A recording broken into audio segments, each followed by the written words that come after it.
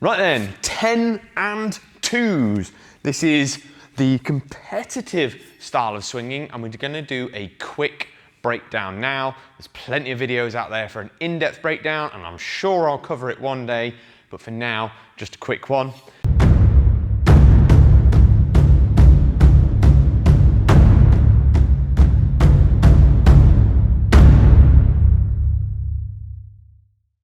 So unlike a standard 360 where we come round, meet at the base position and mace goes vertical, you want to perform nearly a full 360. So you want to stop just short, roughly where there's a line from your belly button through to your shoulder. That's about the angle the mace wants to sit.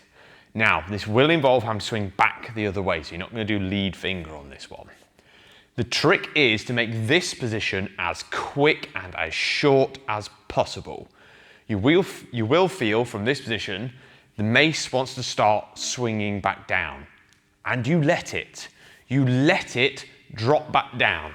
But as you do, your hands come up over the head and then form part of a 360 to go the other way. We hit the base position, there's going to be a brief moment of weightlessness. Mace wants to start swinging back down, you let it and go. And one little tip we can say is think of your belly, your belly button, as a trampoline or a slap pad.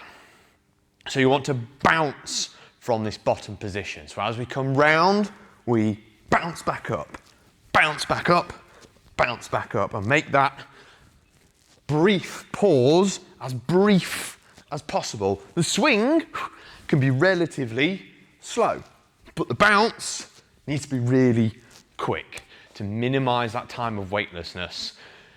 What you'll probably find when you first start is you go round and you'll sort of pause here and then go again and pause and try and fight it and get it under.